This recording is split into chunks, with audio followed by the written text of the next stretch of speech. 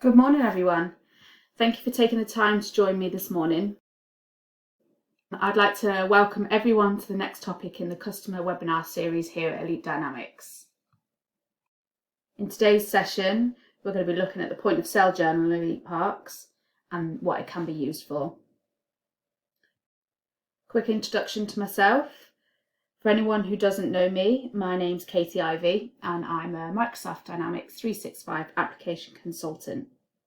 I'm just coming up to my 6th year anniversary with the company. So I've got a split role within the business. Part of my time is as an application consultant and then the rest of the time I work in the finance department.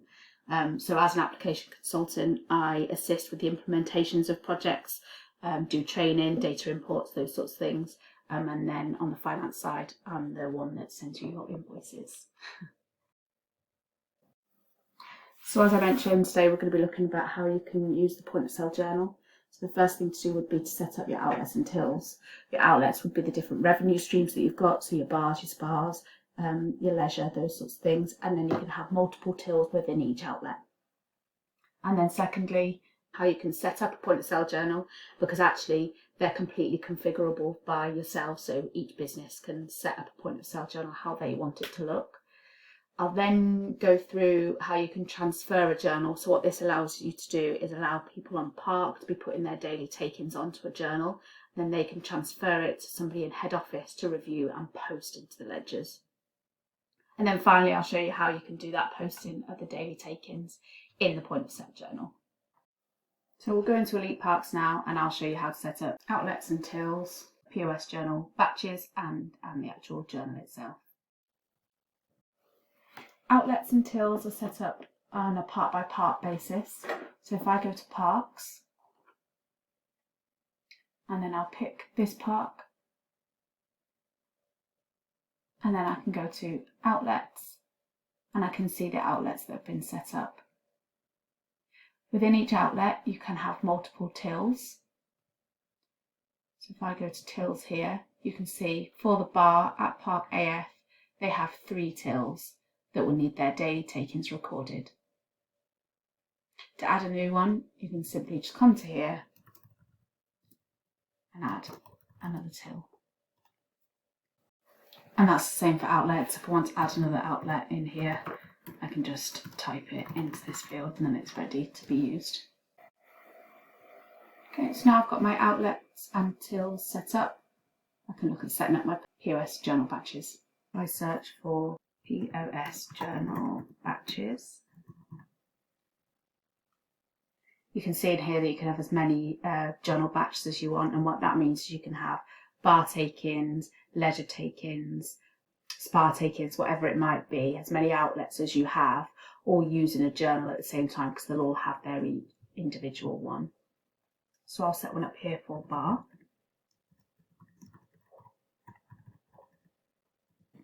And I'm going to set that to transfer to head office, which I'll explain in more detail later. Okay, so now we'll go and set up the point of sale journal. So if I search for POS Journal, you'll see that the point of sale journal will come up. So I can change my batch to my bar journal that I've just set up. So first I can select the part that this journal's for, and then I can select the outlet that I'm working with as well. So I'll pick my bar one. I'll then pick the first till. So item specifies what revenue you are recording. It's worth noting here that you can have as many items as you want. They're configurable by yourselves. So we'll go for bar take-ins first. Then I'll add another line. Still on the bar, still on till 1, but this time I'll pick up my food take-ins. Then on my third line, still on till 1, I'll now change my type to payment. So this will allow me to record whether the take-ins have been paid via card or cash. So I'll put a fourth line on for cash. So you can see for the type of payment, my quantity is a -1. And for type of item, I can edit the item quantity each time I do the daily take-ins. So then I can continue with this and add till 2 in.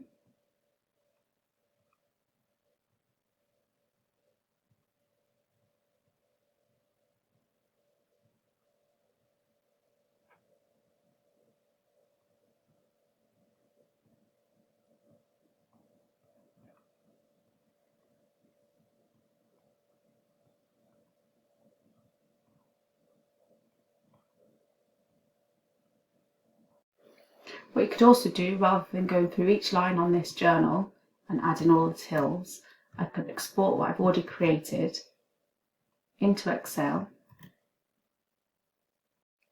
update the till numbers,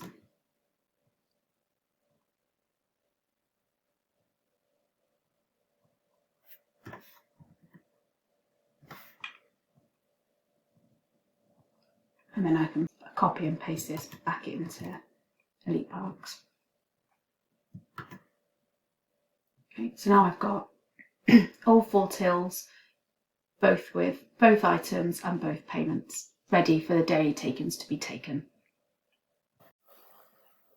And once this journal's set up, it stays there then. Every time you either transfer to head office or post the journal, it will remain in this format, but the quantities and the unit price will go back to 0. So if I navigate now to the head office journal, you can see there's transactions here for the 11th and transactions for the 12th. For somebody in finance to review, make sure it all balances, put in the paying slip number for the cash take-ins, for when the cash actually goes to the bank, and then it can be posted from here. So just a way of controlling whoever is posting the transactions into the financial ledgers to ensure they are correct. So the final item on the agenda was to show you how to actually post daily take-ins. So if I navigate back to my bar journal now, somebody on Park will have cashed up, and then they can come into here and they can say what value of the bar take-ins were on till 1, what value of the food take-ins were on till 1, and then what the split was between card and cash for those take-ins. And then they can repeat that process for till 2 and till 3.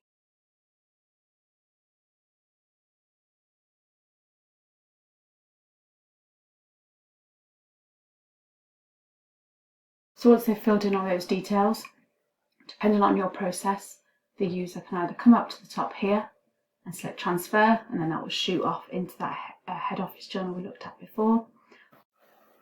Or they could select submit, which would lock the journal ready for somebody else to review it before it's posted. Or they can just go straight ahead and post it. Depending on the setup in the background, the user may need to fill in a paying slip for the cash payment method, and that's configurable by the business, whether you want that detail to be recorded before a journal is posted. If a journal is submitted, and then when another person is reviewing it, they spot a mistake, you can come into here and you can revert it, and then that will reopen the journal to be able to make amendments to then resubmit or straight ahead and post. So I'll post that now so you can see what it does.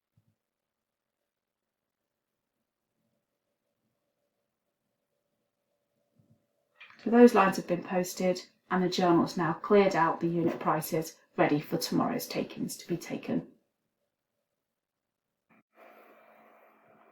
I hope that's given you an insight into the point of sale journal and what it can offer to the business. You can create your own journals as you've seen. It's all definable by you to suit your business. If you would like to know anything more about the point of sale journal or just a bit more of a demo, please reach out to your account manager. If you found this interesting today, please watch out for our future webcasts in the series. You can also go back and watch previous webcasts. You can either access these on our website or on YouTube. And again, your account manager can help you find these if you need it. So finally from me, just a thank you again for joining me this morning for this webcast. I hope you found it useful. And like I said, if you've got any questions, please don't hesitate to get in touch.